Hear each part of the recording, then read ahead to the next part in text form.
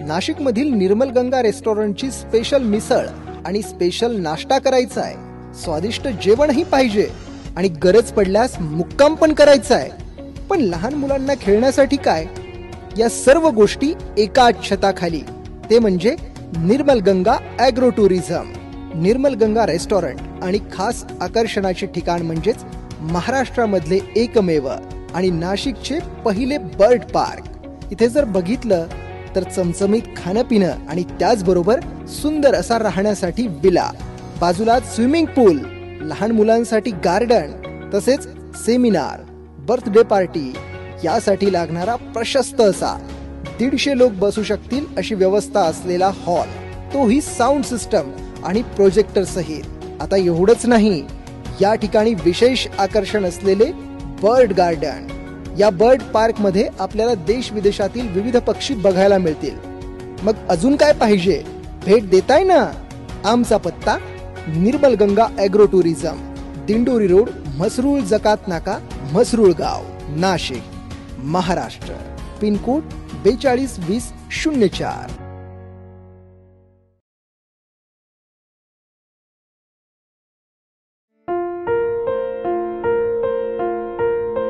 अहो अहो चहा.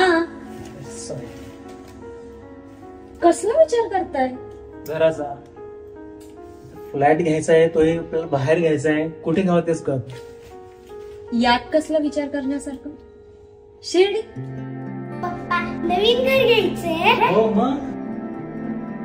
अरे वा, नवीन घर घ्यायचंय. हो मग.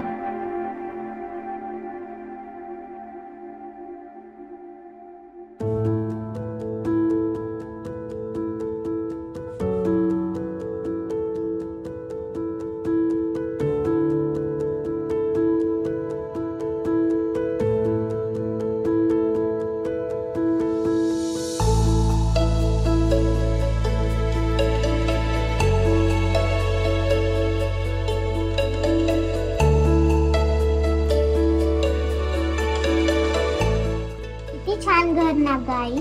हो ग माझी बाई, तुला आवडलं ना? हो. किती मोठं घर आहे पप्पा. इथे खेळायला पण खूप जागा आहे. हो मग, छान आहे ना. माझा काय मज्जाच मज्जा, हो की नाही? हो. आपलं स्वप्नातलं घर. हो, आपलं स्वप्नातलं घर.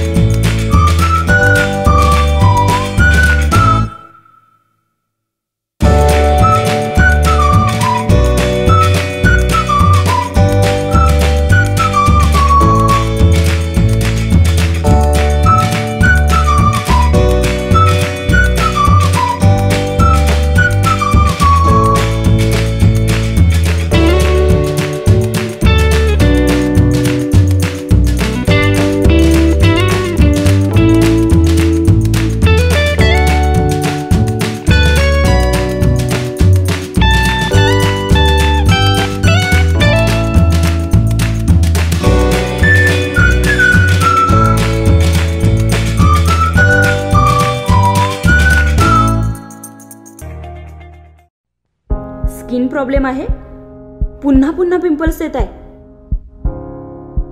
बरेच डॉक्टर केलेत तरीही रिझल्ट नाही.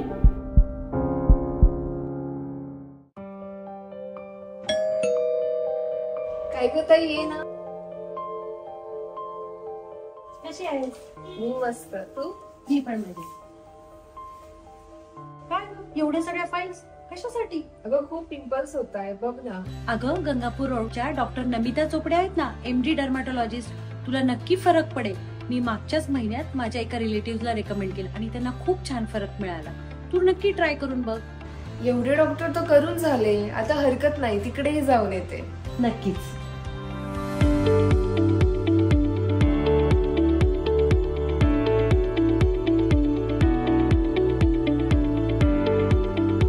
हॅलो. हॅलो.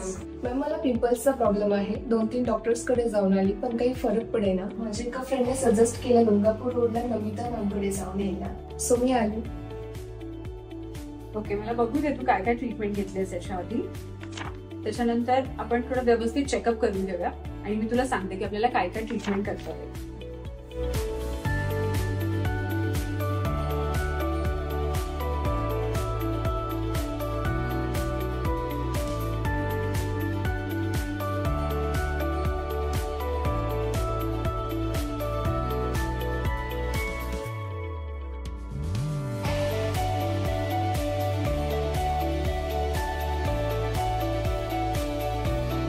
आता मी काही ट्रीटमेंट सुरू करते.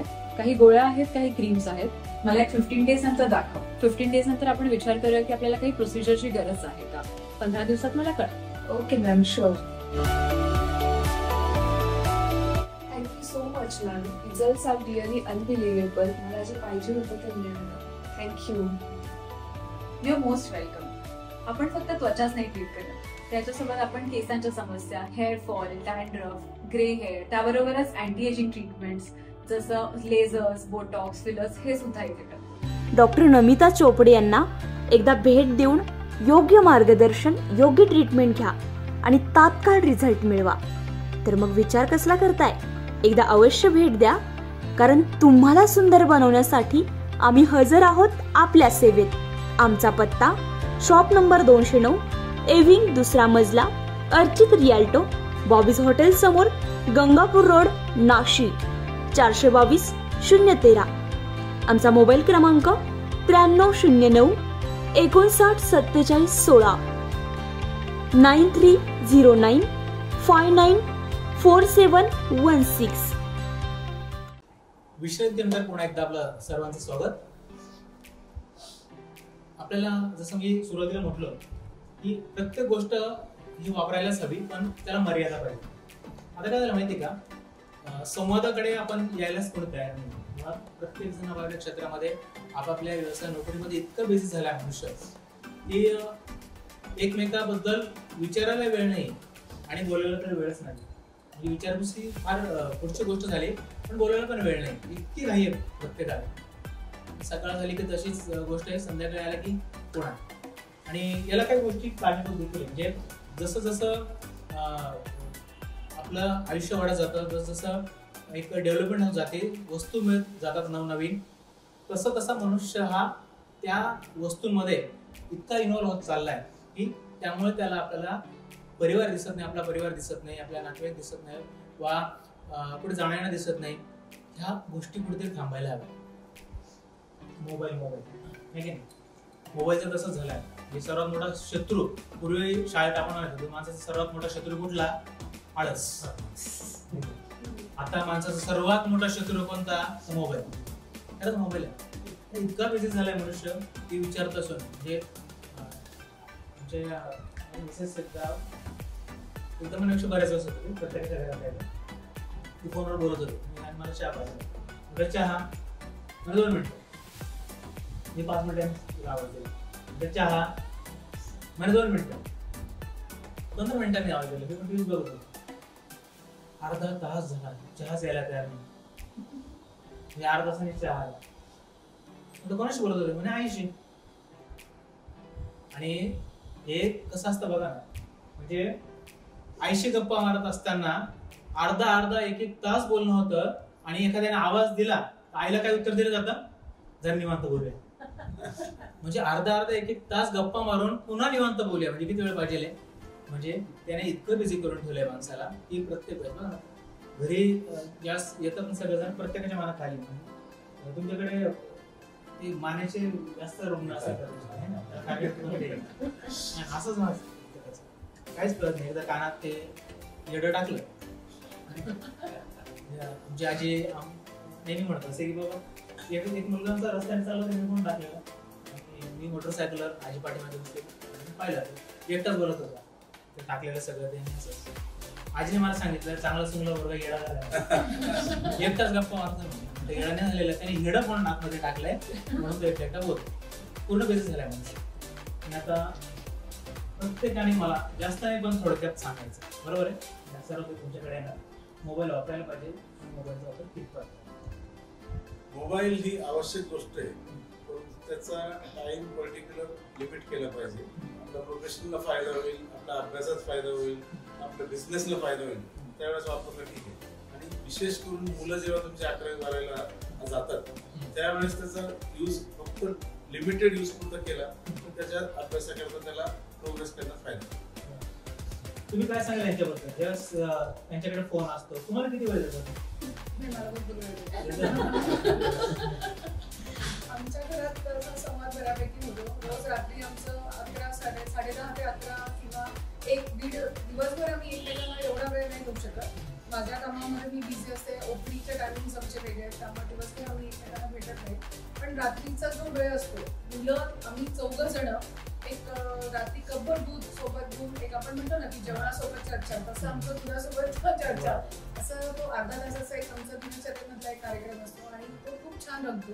म्हणजे कालही आता एक हा 2 दिवसापूर्वीच आला रात छोटा पुलाव, पण आम्ही मस्त 1-1.5 तास रोज गप्पा होतात. जेव्हा तो येतो किंवा मोठाही असला की आम्ही 3 जण रात्री आवर्जून सोबत बसतो आणि गप्पा मारतो. त्यावेळा कोणी फोन नाही घेत किंवा काहीच नाही.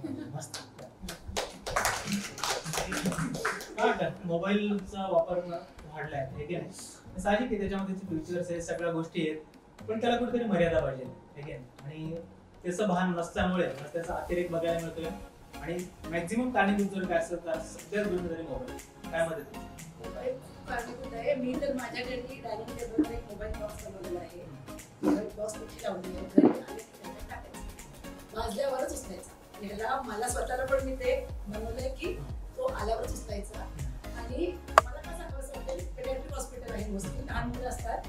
मी जेव्हा पण राहून घेते प्रत्येक मुलाच्या हातात मोबाईल असतो. त्या दिवशी तर चक्क वर्षभराचं बाळ तू बघायला तयार नाही, पण ती मम्मी म्हणते ती आईला लावू देत नाही म्हणून जबरदस्ती त्याला मोबाईल दाखवतो. म्हणजे हे अति झाले आता मोबाईलमुळेच आता याचे पेशंट एवढे वाढले ऑटिझमचे की पॅरेंट्स कंप्लेंट घेऊन येतात की मोठ्यांनी वापरा मोबाईल, पण ह्या 15-18 वर्षापर्यंत मोबाईलचा वापर खूप कमी करायला पाहिजे. छोटे 5 वर्षापर्यंतच्या मुलांना मोबाईल पाहिजे. आता हॉस्पिटलमध्ये तर प्रत्येक मुलाकडे मोबाईल असतो, छोट्या मुलाकडे, की सलाईन जाऊ देत नाही, रडतोय, पण ते सोल्युशन नाहीये ना की मोबाईल देऊन तुम्ही त्यांना जेवू घाला. त्याच्यामुळे मोबाईलचा वापर खूप कमी करायला हवा. आणि हे आता जागायला हवा सगळ्यांनी. Mobile is hard time. Social awareness खूप गरजेचं आहे मोबाईल बद्दल. मी बालतज्ञ म्हणजे जसं मुलांबद्दल त्यांनी उल्लेख केला की आहे ना, म्हणजे रडायला लागलं की मोबाईल दिला जातो. म्हणजे काय ते असं गणित ठरवलं काहीच कळत नाही. आता इतकं त्याचं व्यसन एक प्रकारचं लहानांपासून तर वृद्धांपर्यंत, म्हणजे वृद्ध सुद्धा आजकाल त्याला बळी पडतात. म्हणजे गोल गोल गोल गोल फिरतं, ते डाउनलोड होतं, नेट बंद त्याला कळतच नाही. याचं टेन्शन घेतं. म्हणजे किती इन्व्हॉल्व झालं काय याच्यानं कसं बाहेर पडतं. कसं आहे की बेसिकली पोस्ट कोविड मेनली ना, की यापूर्वी मुलांच्या हातामध्ये मोबाईल नव्हता. कोविडच्या वेळी शिक्षणासाठी म्हणून त्यांच्या हातात मोबाईल, आणि तेव्हापासून मेनली सोशल मीडियामुळे बऱ्याचशा फेसबुक, इंस्टाग्राम या सगळ्या ऍप्समुळे त्यांना ते ऍडिक्शन सारखं झालं. आणि शारीरिक ते दुष्परिणाम आहेतच, पण मानसिक दुष्परिणाम ह्या मागच्या 2-3 वर्षात आम्ही फार बघायला लागलो. म्हणजे मुलं दुसऱ्यांशी कम्युनिकेट करत नाही, जे ग्राउंडवर जाऊन खेळायचे फक्त त्यांच्या मोबाईल गेम मध्ये असतात. पबजी सारखे गेम असतील, बाकीचे गेम असतील जे की जीव घेणे गेम खेळायला लागले. तुम्हाला मला सांगायला आनंद होईल की आम्ही आमच्या घरामध्ये एकाही मुलाला स्वतःचा मोबाईल 12वी पर्यंत दिला. सगळ्या मुलांचा जर 12वी पर्यंत मोबाईल वापरायचा असेल तर आई वडिलांचा वापर. आम्ही एकाला दिलं, सगळ्यांना 12वी नंतरच मोबाईल दिला. आणि जसं तिने एक संकल्प सांगितली, ही मागच्या काही महिन्यांपासून आम्ही अवलंबतोय, जी सगळ्यांनी करायला पाहिजे, की तुमचं काम मोबाईलवर असेल तुम्ही बाहेर करा, घरात आले की त्या बॉक्समध्ये मोबाईल टाकून द्या, जेणेकरून ऍटलिस्ट घरामध्ये आल्यावर तुम्ही घरच्यांशी संवाद करू शकता. आणि समहाव काय झालं की मोबाईलच्या सोशल मीडियामुळे त्याच्यामुळे लोकांमध्ये निगेटिव्हिटी जास्त यायला लागली. फेसबुकवर, इंस्टावर बघतो तो तिकडं फिरतोय, तो गाडी घेतोय, तो हे घेतोय, मी का बरं घरात बसलोय. त्याच्यावर मोबाईलचा फायदा भरपूर आहे ऍक्च्युली, जर प्रॉपरली केला तर. तुमच्या बिझनेससाठी फायदा आहे, तुमच्या एज्युकेशनसाठी फायदा आहे, तुमच्या नॉलेजसाठी फायदा आहे. पण दुर्दैवाने लोक त्याचा सदुपयोग करण्याऐवजी ज्या चुकीच्या गोष्टी आहेत त्या 90% वापरतात, प्रॉपर गोष्टी 10%च वापरतात. त्याच्यावर कुठेतरी आपल्याला स्वतःवर बंधनं घालणे माझ्या मते गरजेचं. ही सुरुवात आपल्यापासून व्हायला पाहिजे. जसं त्यांनी सांगितलं की खरंच 90% त्याचा हा दुरुपयोगच आहे. 10% लोक जर पाहायला गेलं तर त्याचा कुठेतरी चांगल्या पद्धतीने वापर करत असतात. सगळ्यांमध्ये प्रमाण वाढले, महिलांमध्ये सुद्धा विशेष करून ते प्रमाण वाढलंय. वेळ खूप असतो मुळात, 2 गोष्टींना बळी पडला जातं. एक तर सिरियस, काही संबंध नसतो त्यांचा ना आपला. तिकडे ते रडले की इकडे रडायला सुरुवात होते, तिकडे त्याने त्याला चापट मारली की इकडे डेअरिंग करत असतो. ते यशस्वी होते म्हणून तो काहीतरी वेगळी डेअरिंग करत असतो आणि डेअरिंग करता करता कोर्टात जातो. आहे म्हणजे अवस्था काय झाली. काय तुमचं काय मत आहे? मोबाईल वापरायला पाहिजे, त्याला मर्यादा पाहिजे, पण कितपत येतो? म्हणजे मला असं वाटतंय की प्रत्येक गोष्टीला ना एक लिमिटेशन हवं आहे. प्रत्येक गोष्टीला कुठेही अति नकोय. तर आता तुम्ही जर मोबाईल नाही वापरला, समजा एकंदरीत की तुम्ही जर मोबाईल नाहीच वापरला तर तुम्ही कनेक्टेडच नाहीये आजच्या कंडिशन मध्ये, किंवा तुम्ही जे चालू आहे जगात ते तुम्हाला कळणारच नाही काय चालू आहे. तर मला असं वाटतं की मोबाईल वापरावं का, कारण थोडं कम्युनिकेशन करायला किंवा काय चालू आहे ते बघायला. पण त्याचा जर अतिरेक केला तर ते दुष्परिणाम. तर अतिरेक करू नये. का अतिरेक हा काम होत असतो मुळात त्याला कारण देखील परिवारातले लोकच असतात. कारण परिवारातली लोक ज्यावेळेस आपल्या मुलांना किंवा आपण एकमेकांना जोपर्यंत वेळ देत नाही, त्यांची संवाद साधत नाही, तोपर्यंत त्याच्यातनं ते बाजूला होत नाही. ही वस्तुस्थिती आजची. म्हणून हे जसं त्यांनी सांगितलं की कॉमेंट्स असतात, बऱ्यापैकी कॉम्पिटिशन असतं. ते नाही घ्यायचं मग मी का घेऊ शकत नाही, मग मला का नाहीये. महिला वर्गामध्ये कसं असतं, काही खरेदी केली मग मी का नाही करू शकत, माझ्या घरी का होत नाहीये. हे सगळे परिणाम आपल्याला बघायला मिळतात. तुमचं काय मत आहे? 100% दुष्परिणाम आहेच. मोबाईलचे वापरण्याचे दुष्परिणाम तर आहेच. आमच्या घरातलं सांगतो की 11वी 12वी अख्खी रुशीलची कोविडमध्ये गेली. त्यावेळेस अगदी मोबाईल देणं फार गरजेचं होतं, कारण सगळ्या नोट्स त्याच्यावर यायच्या, सगळा अभ्यास त्याच्यावर यायचा. पण त्याच्यासाठी मग मदरला सॅक्रिफाईस करायला लागायचं. म्हणजे कित्येक वेळेस ती मोबाईल इथे सोडून क्लिनिकला गेलेली. तो मेसेज पेशंटचा फोन आला काही आला तर ते पास ऑन करायला लागायचं. पण त्याचा पर्सनल मोबाईल असावा असं त्यांनी कधी हट्ट केला नाही. म्हणजे याच्या मागे मला असं सांगायचं की हा संस्कार घडतो. आपण किती सॅक्रिफाईस करतोय, आपण किती मोबाईलचा वापर करतोय हे मुलं बघतात, त्याप्रमाणे आपल्याला अनुकरण करतात. 12वी पर्यंत कुणी स्मार्टफोन मागितला नाही. पूर्ण अभ्यासाचा वेळ त्यांनी आईच्या मोबाईलवरच. काय होतं याच्यामध्ये ना, आता एवढी जर बघायला गेलं तर सदर फॅमिली आहे तुमची. म्हणजे कुठल्याही मुलाने मुलीने जर मोबाईल मागितला तर पाहिजे त्या किमतीचा मोबाईल तुम्ही त्यांना घेऊन देऊ शकता.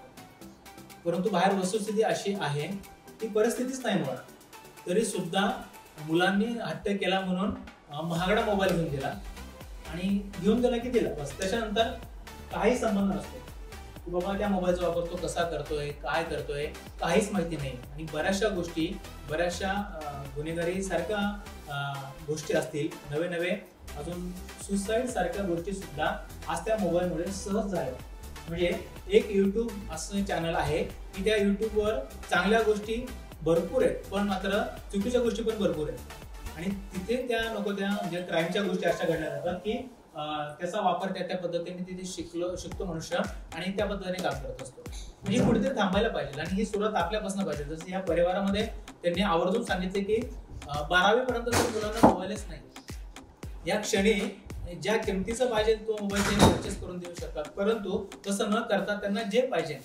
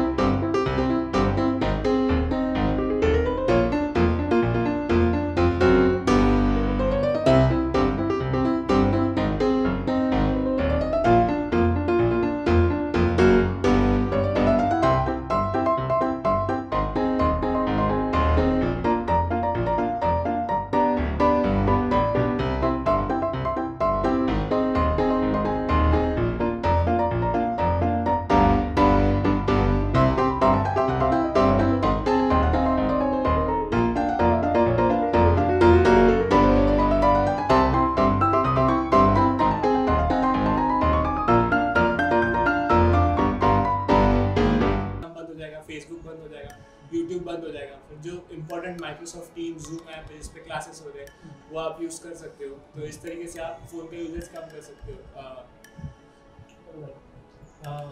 एवढ्या कमी वयामध्ये या सगळ्या मुलांना ह्या गोष्टींचं नॉलेज येणं म्हणजे हे सगळं आईवडिलांनी जे दिलेलं नॉलेज आहे त्यावरच आपण असं बोलता येऊ शकतं, अन्यथा बोलू शकत नाही। आज प्रत्येकाने एखाद्या विषयावरती बोलायचं म्हणजे मुळात त्याला ते बॅकग्राऊंड हवं असतं, तेव्हाच तो बोलू शकतो।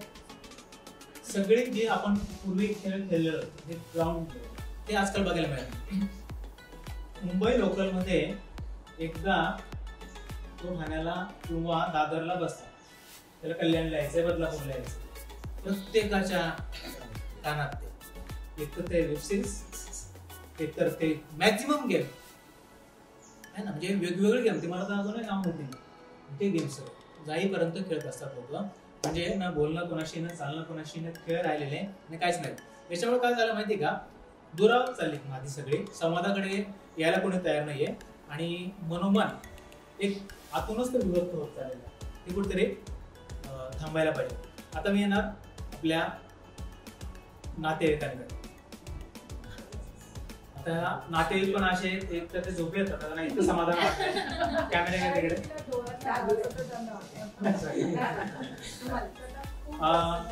मगाशी तुम्हाला त्यांनी विजय सरांनी ओळख करून दिली, काका आहेत, मामा आहे, मावशी, मावस भाऊ आहेत, आत्ते आहे, आत्ते सून आहे, मामा आहे, मामे सून आहे, बरेच बरेच बरेच बरेच गोतावळे असतात। आणि माणसाला तर नातेवाईक मुळात आत्ताच्या जनरेशनला दोन्ही नाते सांगता येत नाही। म्हणजे पंजोबापर्यंत ठीक आहे, आजोबापर्यंत सांगता येत, पंजोबापर्यंत तर नाही, हा पंजोबाच्या लक्षात पण येत नाही कोणी काय। एखाद्या तर ते वंशवाळ करून ठेवलेली, जर कोणी विचारत पंजोबा थांब 5 मिनिट लगेच मोबाईल काढतो किंवा काय करतो माहिती पडतो। आता मी कोणाकडे येणार, तुमच्याकडे येतो मी, सगळे एकत्र दिसतात, तुम्हाला काय सांगाल तुमच्याबद्दल? माझे मोठे नंबर एकदम माझ्या याच्यासारखे, काही असतं का आपल्या लग्न असतं आधी त्यांना विचारतो, ते आमच्यासाठी एकदम हे नक्कीच। म्हणजे घरामध्ये ज्येष्ठ व्यक्ती पाहिजेलच असं तुमचं म्हणणं आहे। काही असो त्यांची सल्ला घेतल्याशिवाय पुढे नाही। मी तुमच्याकडे येणार, काय सांगाल हे जे नंदनवन तुम्हाला बघायला मिळतंय आणि जे समाधान प्रत्येकाच्या चेहऱ्यावर आज दिसतंय बोलताना, काय सांगाल? हिंदीमध्ये सांगाल? हिंदीमध्ये सांगा, कोणी बोलायचं? काही नाही, सुराणा फॅमिली म्हणजे बघून आम्हाला खूप प्रसन्नच वाटतं। हे माझे मामा सासरे आहेत आणि ते पण म्हणजे आम्हाला घेऊनच चालतात। ह्या त्यांच्या बहीण आहेत, त्यांची मी आत्ते सूनची, तर नेहमी आम्हाला ते सपोर्ट करत असतात। तर काही दवाखान्याचे काम असले, काही असले तर आम्ही त्यांना विचारतो, जसं यांनी सांगितलं तसंच आम्ही त्यांचे। तुम्ही काय सांगा? सुराणा फॅमिली ही एक आदर्श फॅमिली आहे, आदर्श फॅमिली आहे। हे मामा सासरे लागतात आणि मामा सासऱ्यांची मुलं, पण कधी असं जाणवलंच नाही का हे मामा सासऱ्यांची मुलं आहे। आम्ही फ्रेंड सारखेच राहिलो आणि कधीही एज्युकेशन असो किंवा त्यांच्या फील्डमध्ये तर खूप सपोर्ट केलेलं। म्हणजे आधी रात्री पण आम्ही काय झालं फोन करून असं त्रास होतं तर लगेच ते व्यवस्थित गाईडलाईन करतात आणि त्याच्यात त्यांचा सपोर्ट जेवढं होऊ शकतो ते पूर्णपणे करतात। असं नाही म्हणजे वेळ वगैरे काहीच नाही। आणि ते सगळे सायन्स स्टुडंट आहेत, त्याच्यामुळे आमच्या मुलांमध्ये पण त्यांना ते सपोर्ट करतात। तुम्ही गाईडलाईन बरोबर व्यवस्थित असं करा, ते करा। त्यांचे सगळ्यांचे जेवढे आभार मानले तेवढे कमी आहे, म्हणजे खूप खूप केलेलं आहे त्यांनी। आजच्या युगात अशी माणसं भेटणं अवघड आहे आणि ते पण ह्या प्रोफेशनमध्ये डॉक्टर जे आपण बाहेर पाहतो त्या प्रमाणात असे भेटणे अशक्य आहे। सपोर्ट द्यायला अजून सगळ्यांचे भाऊ देखील तुम्ही काय सांगाल? आज एवढे सगळे बंधू तुमचे डॉक्टर्स आहेत, बाहेर जर कोणी विचारलं की बाबा सुराणा फॅमिलीबद्दल शब्द सांगणे म्हणजे एकदम हे कमी पडतील। सुराणा फॅमिली ही पूर्ण एज्युकेटेड फॅमिली आहे आता आमचे सरांचे मोठी मुलं त्यांनी सांगितले तर चौकाला सुराणा नाव दिलं आहे, पण पूर्ण समाजात त्यांचं नाव आहे. आणि जर आपण सांगितलं ना आम्ही सुराणांचे मावशीचे मुलं आहे, तर ते आश्चर्याने समोरचे सगळे पाहतात का बाबा एवढे पूर्ण मोठी फॅमिलीमध्ये तुम्ही त्यांचे नातेवाईक आहे, म्हणजे मोठी आश्चर्यजनक बात आहे. आणि त्यांनी शून्यमधून सगळं जग निर्माण केलेलं आहे. सरांचं कमी पगारमध्ये असून सुद्धा त्यांचं परिवार बी पूर्ण चालवलं आणि नातेवाईकांना बी त्यांनी भरपूर सपोर्ट केला. त्यांचं मूळ गाव म्हणजे गोटीवरनं त्यांचं पूर्ण सगळं निर्माण झालेलं आहे. त्यांना भाऊबंध सगळे होते, त्यांचे नातेवाईक, त्यांना बी ते घेऊन चालले. आता आपण येणार काय सांगाल तुम्ही, आज तुम्हाला हे सगळं चित्र बघायला मिळतंय, समाजात आपल्याला अशा गोष्टी एक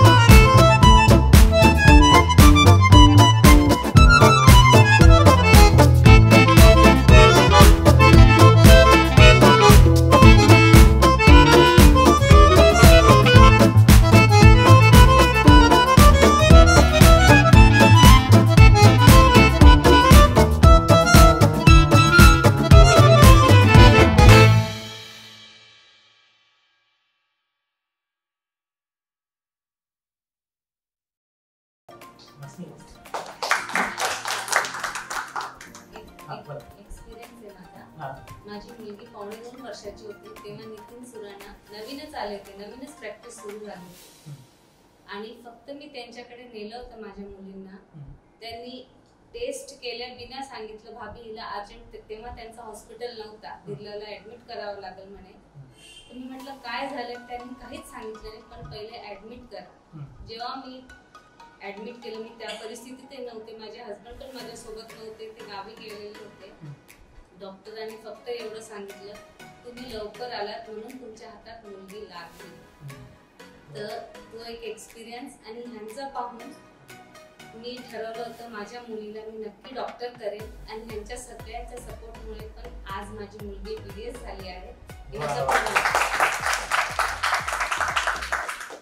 ह्या ज्या गोष्टी असतात ना, म्हणून आपण एकमेकांकडे का जाणून घेत असतो, कारण हे देणं घेणं असतं माणसाचं. आणि आपण तुम्ही काहीतरी समाजाला, म्हणजे तुम्हीच नाही तर आपण समाजाला काहीतरी देणं लागतो. म्हणजे देशाने मला काय दिलं याहीपेक्षा मी देशाला काय देणं लागतो ही भूमिका घेऊन आज सुराणा परिवार खऱ्या अर्थाने आज समाजासमोर एक आदर्श म्हणून उभा आहे. आणि हीच वृत्ती घेऊन जर प्रत्येक मनुष्य उभा राहिला तर नक्कीच असा जनसमुदाय, आणि जे आत्मीयतेने लोक सांगत असतात, त्यांनी सांगितलं असं बोला म्हणून नाही, त्यांना आलेले अनुभव किंवा ते नातेसंबंधात त्यांचं आचरण कसं आहे त्या कृतीतनं त्यांना दिसतंय, म्हणून खऱ्या अर्थाने ते आतून ते सगळं ते येत असतं. आता आपण जर आपल्या एका छोट्याशा गेमकडे वळलो आणि तो गेम आहे घरातल्या 3 गृहिणींचा. आता मी ते समजून सांगतो तो गेम कसा आहे. ट्रे आहे, ट्रेमध्ये 5-6 ग्लास ठेवलेले आहेत, एक एक करून तिघींनी डोळ्यावरती पट्टी बांधली जाईल. काय करायचं, सांडशे आणि ते ग्लास ट्रे मधनं फक्त खाली ठेवायचे. सांडशे पट्टी अशी बांधलेली आहे, इथे ट्रे आणि तो सर्च करायचा आहे आणि खाली ठेवायचा. बरोबर आहे. जो जास्त, ज्या गृहिणीचा, ज्या वहिनीचा ग्लासची संख्या जास्त आहे ती असणार आहे विनर. ठीक आहे, आपण सुरुवात करूया. काहीच नाही, तुलाच काय बोलायचं नाही. बरोबर. एक मिनिट, 1 मिनिटाचा वेळ आहे. मी जेव्हा स्टॉप म्हटलं तर स्टॉप करायचं. 1 मिनिट नाही घेतला ना. 1 2 3 स्टार्ट. नाही हात नाही, फक्त सांची.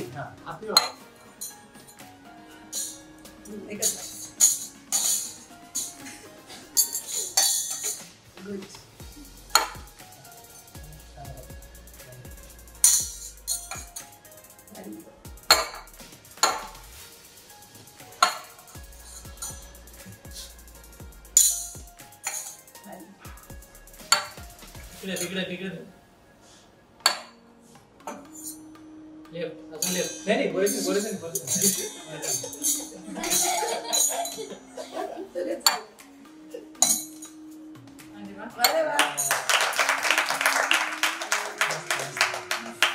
काढून घ्या. आम केलेलं किती सेकंद तसं घ्या. एक इंटर मॅक्झिमम पेक्षा किती सेकंद नाही बघा ना. किती सेकंद झालं असं होणारच नाही. 48 कमी टाइम मध्ये करत पाहिजे. समजा सेकंद नोंद आधी 48 होते ना ते. नाही दिसत.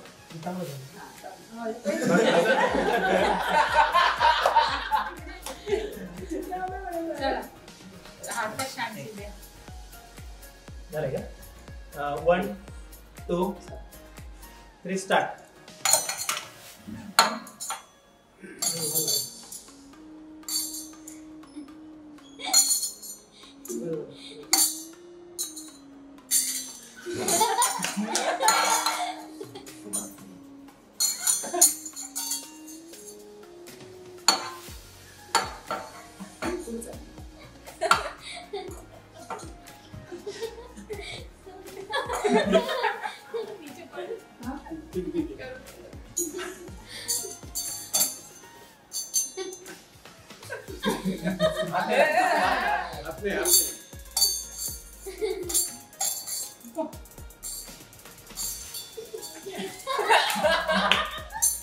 प्रश्न आहे, वेळ आहे आपल्याकडे.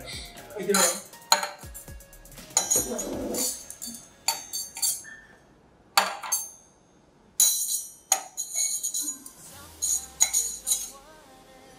टाइम अप झाला. टाइम संपलाय. 60 सेकंड. काय करतो तुम्ही असं?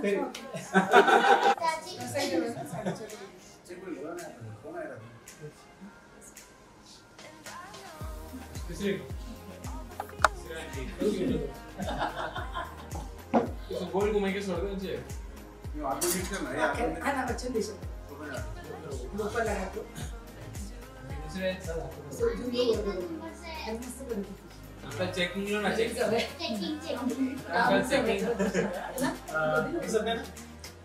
1 2 3 स्टार्ट. हे आप सगळे सगळं काम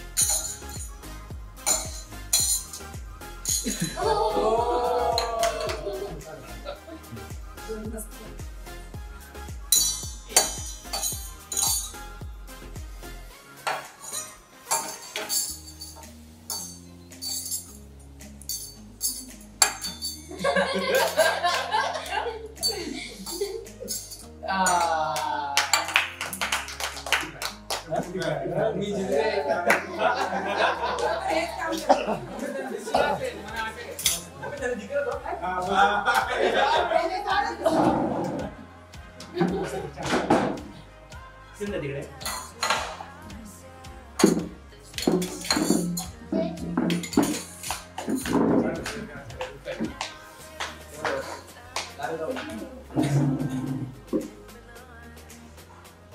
Médico.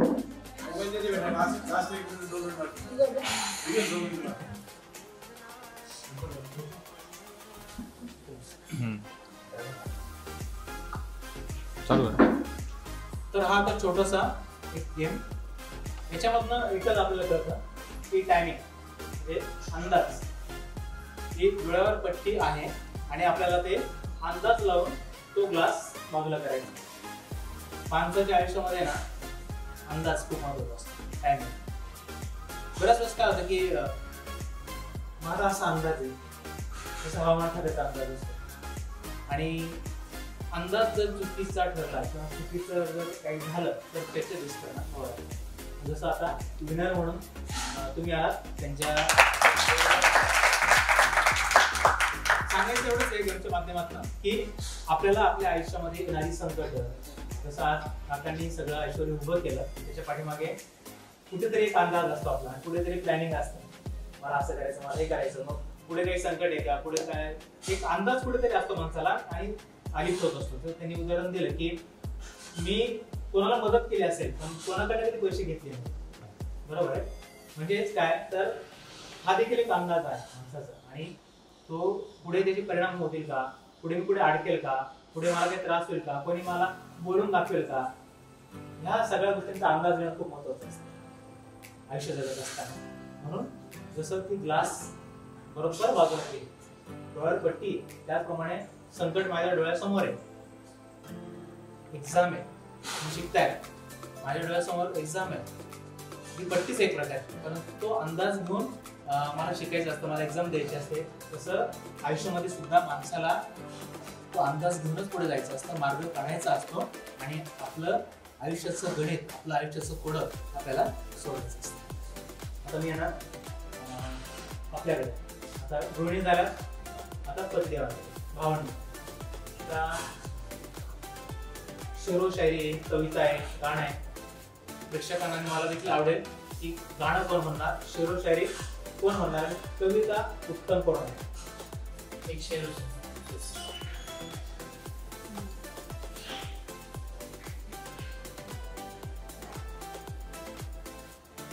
आपल्या सावलीतून आपण शिकावे, कधी लहान तर कधी मोठे होऊन जगावे. काय घेऊन आलो या जगात, प्रत्येक नातं हे आपल्या हृदयात ठेवून जपावे.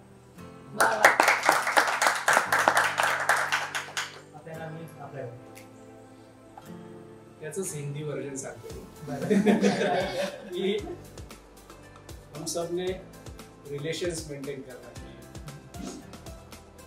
जो भी पत्ते होते हैं पेड़ के, वो उस पेड़ पे ही सुरक्षित है. जब पत्ते गिर जाते हैं तो लोग उनको जलाना.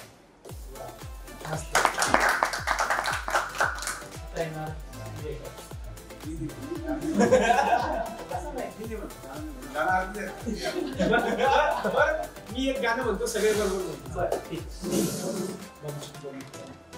एक दूसरे से कहते हैं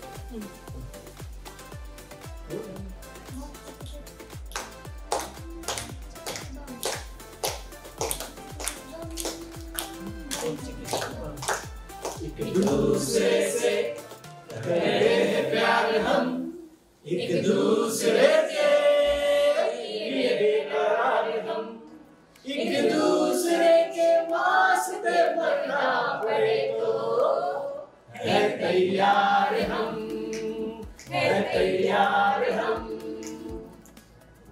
मस्त. प्रॅक्टिस करते एक मिनिट कट कर दे.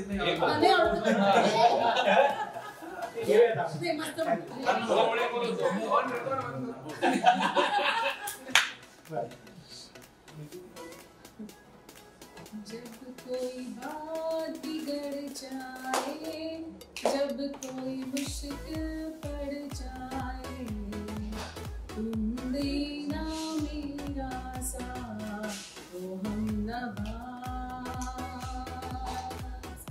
न कोई है न कोई ना जिंदगी में तुम्हारे सिवा, तुम देना साथ मेरा तो हम नभास.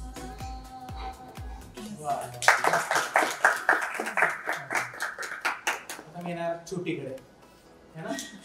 मराठी तो मुझे कुछ क्वेश्चंस है, सिंपल है, एकदम सिंपल है. भी मराठी में लिखेंगे लेकिन मुझे हिंदी में बोलना पड़ेगा, चलेगा? बोले थी मराठी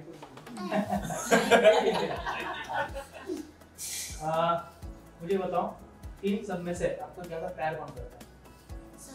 सब सबसे ज्यादा नहीं। दूसरा, सबसे ज्यादा गुस्सा कौन करता है?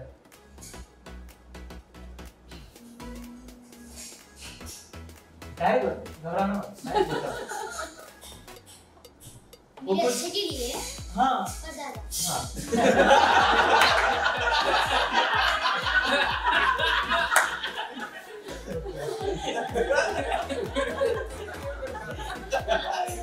मुझे बताओ तुम्हें जो भी चाहिए मनपसंद चीज रहेगी या किधर जाना है आना है कुछ चाहिए तो सबसे पहले किसके पास डिमांड रहती है तुम्हारी?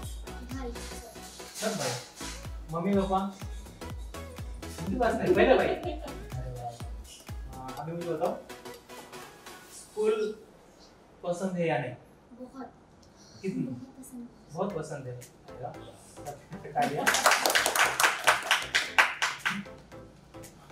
आता आपण गिफ्ट्स शेवटी देऊया, त्याच्या आधी छोटंसं हे आपल्या की एकमेकांबद्दल आपल्याला बोलायचं, बरोबर आहे? आता मी तुमच्याकडे कोणती अशी गोष्ट तुम्हाला आवडत नाही आणि अशी कोणती गोष्ट की खूप चांगली वाटते? आवडत नाही ती बाहेर गेल्यावर त्यांचा टेम्पर थोडासा लूज लवकर होत आणि आणि म्हणजे माझा थोडासा स्वभाव पेंडळट आहेच, त्यामुळे मी बोलणी जास्त घालते. तो त्यांना माहिती. काय तुमचं काय म्हणणं? माझं बदल काय करायला पाहिजे? बदल तर बरोबर आहे. माझं कसं मी परफेक्शनिस्ट होतो. मग कुठे फिरायला जरी गेलो तर मला पूर्ण प्लॅनिंग असतं. त्या प्लॅन प्रमाणे कोण नाही वागलं तर मला वाटतं पुढचा प्लॅन आपला फेल होणार सगळं. ते बोलले की जास्त टेम्पर होतं, करायला पाहिजे. मला आजपासून संकल्प करायचा, बदल करणार. आता तुमच्याकडे येतो मी. कोणत्या गोष्टीचा जास्त राग आहे तुमचा? तेच सेम की इज ऑल्सो परफेक्शनिस्ट. तोच मला वीक पॉइंट पण वाटतो. कारण कधी कधी ते सगळं परफेक्ट करण्यासाठी आम्हालाही तेवढं सिन्सिअर आणि स्टुडियस व्हावं लागतं. म्हणजे तेच गुण आहे, त्याच्यामुळे ते कधी कधी मग सगळं पद्धतशीर पाहिजे, मग ते कधी कधी नाही जमत आम्हाला. आणि त्याचं बदल नाही घ्यायचं झाल्यानंतर सगळं. तुम्हाला काय त्यांच्याबद्दल सांगायचं? कुठली चांगली गोष्ट? कोणताही प्रोग्राम असला की मला हे चांगलं दिसेल का, हे चांगलं दिसेल का, असं 4 साड्या दाखवल्या जातात आणि शेवटी 5वी जी स्वतःला आवडते तीच घातली जाते. म्हणजे तर ते ताऱ्यामध्ये क्या बनव काहीतरी बनवून ठेवलेलं असतं. ओके ओके, नक्कीच. आता तुमच्याकडे आता ते तर एकदम तुम्ही डेंटिस्ट ना? डेंटिस्ट म्हटल्यानंतर ते काय विचारायलाच नाही. म्हणजे तुम्हाला असं वाटतं ते नेहमी त्यांनी स्माइल करत राहावं, ते मस्त दात त्यांची असे बघत राहावे, त्यांच्याबद्दलचा कुठला गुण सांगाल असेल एखादा चांगला आणि कुठल्या गोष्टीत त्यांच्यामध्ये बदल झाला पाहिजे? म्हणजे मी हे सांगू इच्छिते की त्यांच्यात बदल झाला ऍक्च्युअली, झाला पाहिजे नाही, झालाय. जेव्हा आम्ही फर्स्ट मीटिंगला भेटलो ना, तुम्हाला सांगते, आम्ही हाच विचारलो की तुझा वीक पॉइंट काय आहे. तर मी सांगितलं तर मी थोडी लवकर चिडते. हा पण म्हणे की मी खूप लवकर चिडतो. म्हणजे आता आम्हाला तो प्रश्न होता की दोन्ही चिडले तर कसं होणार? Short circuit. ऍक्च्युअली सांगू की आम्ही दोघं इतके शांत झालो आता 22 वर्षाच्या या प्रवासात की आमच्यात आता होतच नाही, झगडे होत नाही, काही बोलणे काहीच नाही. ते त्यांनी खूप केलं आहे की बिलकुल चिडचिड कमी झाली, एकदम कमी शांत झाले ते. आणि त्यांचा सगळ्यात चांगला पण मी सांगू की खूप केअरिंग आहे, खूप जास्त केअरिंग आहे. म्हणजे माझा ऑपरेट झाला नीचा किंवा दुसरे ऑपरेट झाले तरी म्हणजे मी फक्त ह्या कवट म्हणलं तिकडे पण गेली ना, काय झालंय का तुला, काय हवंय का, मग तू एकटी नको करू, मला उठवायचं. म्हणजे हे मी सगळ्यांना सांगते की नवरा असावा असं.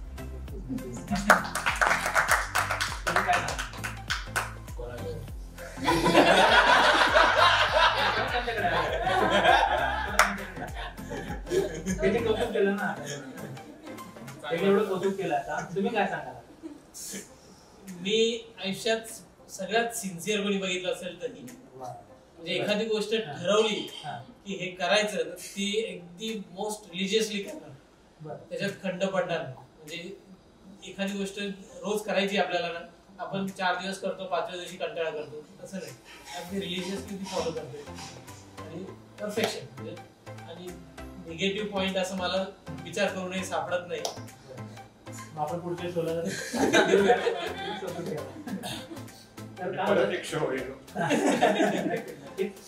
एकच सांगायचं याच्यामध्ये की अंडरस्टँडिंग खूप महत्वाचं आहे. प्रत्येकामध्ये कमतरता आहे, कुठल्यातरी एखाद्याकडे चांगला गुण आहे, एखाद्याकडे वाईट गुण आहे, किंवा कुठेतरी बदलण्याचा प्रयत्न आपण करावा, एवढंच या शोच्या माध्यमातून आपण सगळ्यांना सांगतो.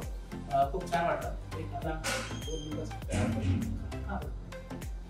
बेसिकली हेल्थ किती इम्पॉर्टंट आणि डाएट किती इम्पॉर्टंट. बरं की जसं सगळ्यांमध्ये रिलेशन्स महत्वाचे, एज्युकेशन महत्वाचं, पैसा महत्वाचा, तसंच हेल्थही महत्वाचं. अच्छा, मला वाटलं तुम्ही हिट करतास. नाही. तर याच्यामध्ये काय होतं माहितीये का, अंडरस्टँडिंग खूप महत्वाचं असतं, प्रतिपत्नी महत्वाचं, आणि तेच संस्कार पुढे आपल्या मुलांकडे जात असतात आणि घराचा एकोपा हा टिकून राहत असतो. आता योगायोगाने तुम्ही सगळे वैद्यकीय क्षेत्रात काम करतात. एक मी तुम्हाला नक्कीच विचारेल आणि त्याचं उत्तर देखील आज मिळायला पाहिजे.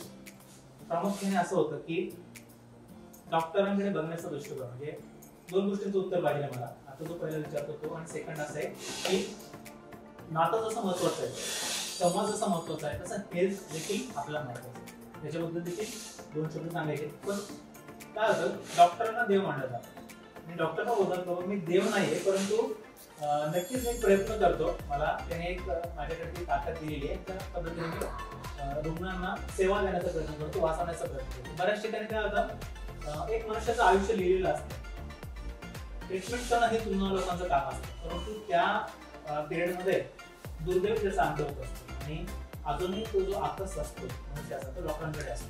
तर मी प्रेक्षकांना सगळ्या लोकांना सांगू इच्छितो की यामध्ये डॉक्टर हे पूर्णपणे पेशंटला वाचवण्याचा प्रयत्न करत असतात. नवे तो याच्याचा बरा कसा होईल हा प्रयत्न करत असतात. पण अनावधानाने जर चुकीने किंवा त्याचं आयुष्य जर तेवढं असेल किंवा त्याचं शरीरच त्याला जर प्रतिसाद देत नसेल उपचारासाठी आणि काही दुर्घटना घडली तर नक्कीच डॉक्टरांकडे कधीही कुठला रोष नसावा. कारण ते आहेत, ते असतात म्हणून आपलं उत्तम आरोग्य आहे. आणि निम्म्या रात्री आपल्याला आपल्या भाषेत जर बोलायचं म्हटलं तर निम्म्या रात्री देखील आपल्याला ते सेवा देत असतात. परंतु लोकांचा कल असा आहे ना की तो रोष कुठेतरी असतो, हा बाजूला काय सांगाल थोडक्यात. बेसिकली आता हेल्थ बद्दल जर बोलायचं झालं ना, प्रत्येकाने आपली हेल्थ सांभाळली पाहिजे. 40 नंतर आता आम्ही आज तिन्ही घरी आमच्याकडे संध्याकाळी 7 जेवण होतं, ते सगळ्यांनीच फॉलो केलं पाहिजे. तर तुमच्या झोपण्याच्या आणि शेवटच्या जेवणाच्या 4 तासाचा गॅप असेल तुमची हेल्थ सांभाळली जाते. आणि आमचे डॉक्टर म्हणून आम्ही पूर्ण प्रयत्न करतो रुग्णांची सेवा करण्याचा. परंतु काही गोष्टीला मेडिकल फील्डमध्ये लिमिटेशन्स, हे जर आपण प्रॉपर काउन्सिलिंग केलं. आता आज आम्ही 25 वर्ष प्रॅक्टिस करतोय नाशिकमध्ये, आम्ही 6 जण प्रॅक्टिस करतोय. अजून 25 वर्षात एकही अशी घटना घडली नाही की कोणी आमच्याकडे आला आणि मॉब जमा झाला वगैरे काही त्रास झाला. कारण काउन्सिलिंग करणं महत्वाचं आहे. तुम्ही जे करताय ते मराठीमध्ये पेशंटला समजून सांगा. तुम्ही फक्त करत गेल्या पेशंटला शेवटच्या दिवशी कळलं तर मध्ये उपयोग नाही. तुम्ही डे टू डे जर पेशंटला 15 मिनिटं 10 मिनिटं दिले, काउन्सिलिंग केलं तर असे गैर प्रकार घडणार. तुमचं काय मत आहे? सगळ्यात महत्वाचं म्हणजे डॉक्टर आणि पेशंट मध्ये रिलेशन, जसं फॅमिलीमध्ये रिलेशन महत्वाचं आहे तसं तो पेशंट तुमच्याकडे वर्षानुवर्ष येत असतो. तुमचे तेवढे आपुलकीचे संबंध पाहिजे. आणि स्पेशली सिरियस पेशंट मध्ये त्यांना आपण पेपरवर लिहून घेतो, सही घेतो, पण ते व्हर्बली त्यांच्या समजणाऱ्या भाषेमध्ये प्रॉपरली कम्युनिकेट त्यांना झालं पाहिजे, त्यांच्या नातेवाईकांना झालं पाहिजे, ते वारंवार झालं पाहिजे. तो विश्वास जर असेल, ते कम्युनिकेशन प्रॉपर असेल तर शक्यतो असे घटना घडणार नाही. हे आपुलकी असणं खूप गरजेचं आहे. संवाद, तिथे देखील संवाद खूप महत्वाचा आहे. आपण काय सांगा? मी सांगेल की डॉक्टर फील्डमध्ये 100 जर डॉक्टर पकडले तर त्यातले 95% डॉक्टर त्यांच्या स्किलमध्ये अगदी उत्तम असतात. जे काम करायचंय, काही ट्रीटमेंट द्यायची त्यात उत्तम असतात. कम्युनिकेशन मध्ये थोडा गॅप बऱ्याच वेळेस असतो. एकदा तुम्ही इथिकल राहिले, तुम्ही ऑनेस्टली ट्रीटमेंट देताय ती पेशंट पर्यंत जर पोहोचली नाही, त्यांच्याशी कम्युनिकेशन नाही झालं, तर या कम्युनिकेशन गॅपमुळेच भांडणं होतं. बरोबर. हा कम्युनिकेशन गॅप जर संपवला तर फार चांगल्या पद्धतीने ट्रीटमेंट करता येईल. आणि विशेषतः दंतरोगाबद्दल मी सांगेल की लोक जेव्हा दात दुखतो तेव्हाच डॉक्टरकडे येतात आणि मग ती डेंटल ट्रीटमेंट महाग वाटते, कारण ट्रीटमेंट पुढे गेलेली असते. तर त्यापेक्षा जर 6 महिन्याला जर त्यांनी चेकअप ठेवलं, रेग्युलर फॉलोअप ठेवला, तर तेवढी महाग डेंटल ट्रीटमेंट होत नाही आणि वेळीच ती ट्रीटमेंट होते. बऱ्याचशा गोष्टी महत्वाच्या, कम्युनिकेशन असणं गरजेचं आहे. याच्यामध्ये विश्वास देखील तेवढाच महत्वाचा असतो. बऱ्याच डॉक्टर चेंज केले जातात, तर काय तो विश्वासाने माणूस ट्रीटमेंट घेत नाही आणि आपण देखील त्याला प्रतिसाद दिला पाहिजे. बऱ्याचशा गोष्टी महत्वाच्या आहेत. जसं संवाद महत्वाचा आहे तसं आरोग्य महत्वाचं आहे. घरात एकमेकाशी बोलणं महत्वाचं आहे. एकमेकाला वेळ देणं खूप महत्वाचं आहे. आपल्याकडे असणारी उपकरणं याच्यापासून थोडंसं अलिप्त होऊन एकमेकांच्या विचारांशी सांगड घालणं ते देखील खूप गरजेचं आहे. आता आपण जाता जाता उखाणा झाला पाहिजे आणि प्रत्येकीकडे येणार आणि मस्त एक उखाणा म्हणावा की जेणेकरून आपल्या आपल्या पतिदेवांना प्रचंड ऊर्जा मिळेल आणि पुन्हा त्याच ऊर्जेने ते काम करतील. सुरुवात तुमच्या अवस्थेत. बहिणीसारख्या जावा माझ्या, भावासारखे दी, विजयजींचं नाव घेण्यास झालंय माझं मन अधीर. आता त्यांनी कॅमेरा समोर सांगितलंय मन अधीर झालंय त्यांचं आता. त्याच्यामुळे आता तुम्हाला तो संकल्प करावा लागणार की आता मला दुखून चालणार नाही किंवा मला ते जे मी टेम्पर वगैरे होतो ते मला जर कमी करायला लागेल. बरोबर आहे. आता येणार तुमच्याकडे. गोकुळ सारखे सासर सारे कसे हौशी, गोकुळ सारखे सासर सारे कसे हौशी, नितीनरावांचं नाव घेते आजच्या या सुंदर कार्यक्रमाच्या दिवशी. वा वा वा. आता देखील तुमची जबाबदारी वाढली आता. त्याने इतकं मोठं करून दिलं तुम्हाला राव शब्द जोडून आणि उखाणा घेऊन उत्तर देऊन टाक. हा लगेच. मी जो उखाणा घेतोय श्रीकृष्ण वर्णीय जे आहेत त्यांच्यासाठी खास आहे. श्रीकृष्णाला बघून राधा हसली, श्रीकृष्णाला बघून राधा हसली आणि ममता माझ्या हृदयात जाऊन बसली. वा वा. आता ऍक्च्युली ते हृदयाचे दरवाजे फक्त तुमच्यासाठीच होते. आता दुसरा काही चान्स नाही, त्याच्यामुळे तुम्हाला तेवढी काळजी घेणं गरजेचं आहे. आता तुमच्याकडे. 7 सुरों से बनती है सरगम प्यारी सी, 7 सुरों से बनती है सरगम प्यारी सी, 7 रंगों से छाती है आसमान में रानी, 7 फेरों से बनते हैं बंधन जन्मों जन्मों के, 7 फेरों से बनते हैं बंधन जन्मों जन्मों के, जितेंद्र जी आए मेरी जिंदगी में और बन गए मेरे सपने. तुम्ही काय प्रत्युत्तर देऊ शकाल?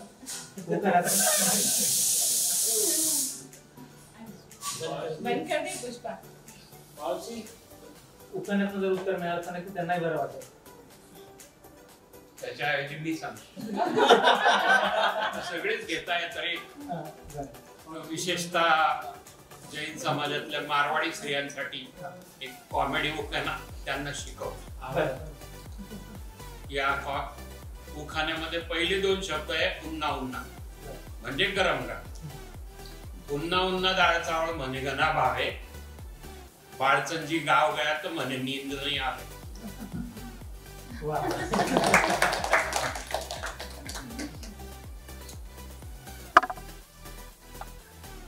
यशस्वी सहजीवनाचे रहस्य आज उलगडतो, सुखी संसाराचे गुपित आज सांगतो. प्रेम, विश्वास आणि आदर हीच याची गुरुकिल्ली आणि पमिता तू साथ दिली याबद्दल आज आभार व्यक्त करतो. अशी साथ तुमची अखंड एकमेकाबद्दल राहो एवढंच बघितलं या निमित्ताने मी व्यक्त करतो. खूप छान वाटलं सगळ्यांशी संवाद साधून, सगळ्यांनी वेळ दिला आणि सगळ्यांच्या मनातलं मला जाणून घेता आलं. पुढील वाटचालीसाठी आणि अशाच आनंदासाठी खूप खूप शुभेच्छा देतो आणि इथेच आता त्यामध्ये विनर आपण खरं तर विनर हा असा प्रकार नाहीये, परंतु कुठेतरी फॉर्मॅलिटी म्हणून आपण एक छोटासा काहीतरी गिफ्ट देत असतो. आणि मी प्रेक्षकांना आवर्जून सांगेल की आपल्याला किराणा खरेदी करायचा आहे, कॉस्मेटिक पाहिजे, ड्रायफ्रुट्स पाहिजे, बेकरी प्रोडक्ट्स पाहिजे, सगळ्या वस्तू जर खरेदी करायच्या असतील तर नाशिक रोड मध्ये दत्त मंदिर रोडला फूड बास्केट आणि या फूड बास्केट शॉपला आपण व्हिजिट देऊन नक्कीच आपल्याला ज्या वस्तू पाहिजे त्या घरपोच मागू शकतात. आणि आज देखील आपण सुराणा परिवारामध्ये आपण काही छोटे गिफ्ट्स आपण देतोय फूड बास्केट. सर्वात आधी आपण जी छोटी तिने मस्त गाणं म्हटलंय ना, तर आपण तिला एक छोटीशी वस्तू देतोय.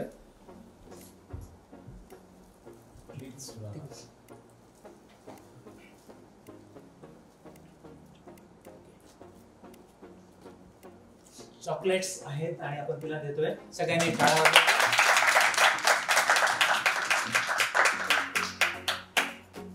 त्यानंतर शिरो शायरी, कविता आणि सगळ्यांनी जे एकत्र गाणं म्हटलं त्याच्याबद्दल आपण विजय सरांना सगळ्या भावनांच्या वतीने आपण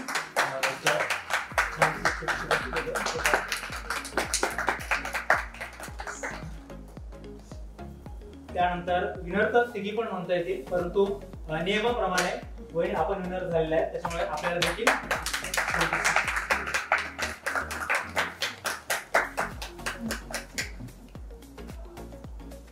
पुन्हा एकदा सर्वांचे आभार. आणि असंच नंदनवन सगळ्यांना बघायला मिळत तुमच्या घरात देखील ते वातावरण असावं. आणि प्रेक्षकांना देखील मी सांगतो की नक्कीच हा आदर्श सुराणा परिवाराचा आपण देखील घ्यावा. आणि इथेच मी थांबतो. पुढच्या वेळेस मी नक्कीच आपल्या घरी येतोय. तोपर्यंत मी आपली रजा घेतो आणि थांबतो.